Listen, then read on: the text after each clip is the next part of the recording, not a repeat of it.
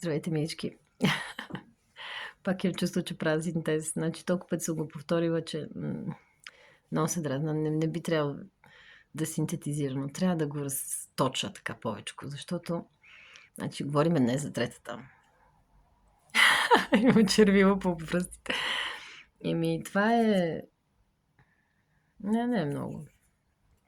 Нещо пуска.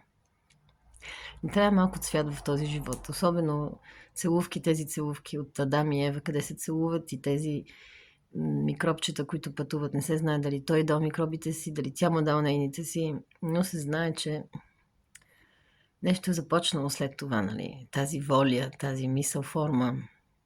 Толкова много са си искали, че са си го помислили толкова истински. И живота започва квантически, защото не е материализиран от още, нали? Още не са захапали ябълчицата. Защото това се случва в третата стая на Сион. Значи той обяснява как може камъчето падна в дъното на майката да чака в Девахан за неговата шанс да го захапат. Или може би при таткото, който трябва да мине тунелчето студено, защото той така го казва. Район Модо Солей Фруа. Нали, студения лъч от слънце, който не може да отиде чак до ябълката. И ще си чака квантически тази воля от бащата, която идва този път, пак да му дойде време. Защото е волята. Воля, идея и енергия. Обаче той в третата почва, нали, в твърдата се декомпозира. Знае вече какво е да минеш този цикъл на идея да си направиш, че ти ще бъдеш 3, после ставаш 4, вече ставаш 5, еуфория, нали? Не еуфория, не, но си пълно разсъждение. Ти си пълна и разсъждение, но той като се декомпозира, разбира, кои части се разпадат от него. И там разбира как е направен той наистина. Това се случва също и при мъжката воля за квантическа живот. Не е напразно. И там квантически се създава.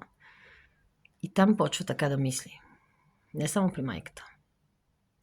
Това е доказателство до някъде. Квантическо доказателство, че нищо не умира, нищо не е изгубено и всеки си чака, защото е бил вече един път идея. Един път като се завърти тази въртележка, тя не може да се спре. Затова той толкова спокоен, толкова си разказва, нали, как му се разпада това, или как му се формира това, или как чувства майка си, или как не чувства майка си. Защото не е биологичната майка, която той иска да й обясни какво става с него. Той иска да докаже, че не е глупаво същество и че си върви по еволюиращия си космичен принцип. Не? Тук говорим за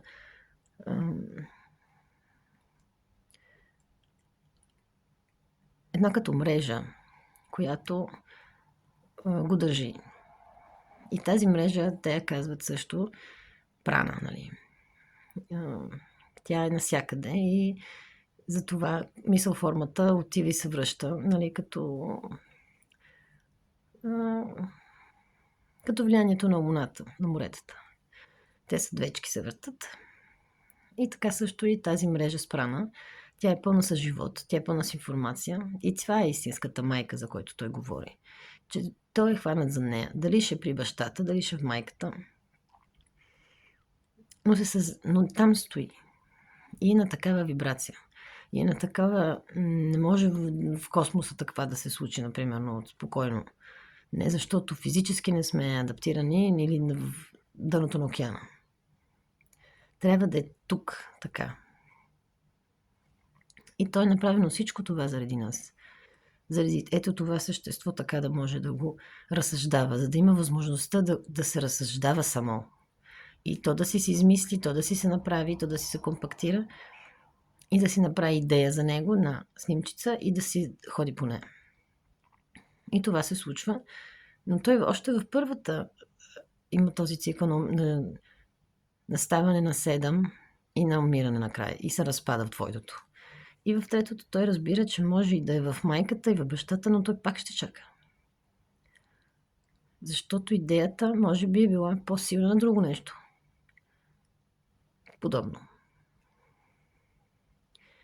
Или не е бил достатъчно искан. Сега, никой не трябва да се чувства супер виновен или въобще му е супер добре, че не е така, нали? Всеки трябва да върви по неговата си натура.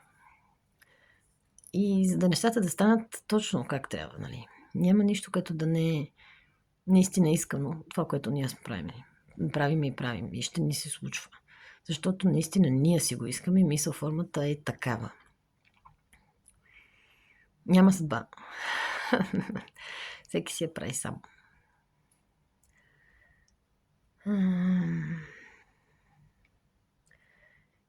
И затова той е в това място, което се казва Девахан. Значи, ние знаеме, че Атма Будди Манас означава, нали, трите неща, които са ти протон, неутрон, електрон, воля, енергия, идея,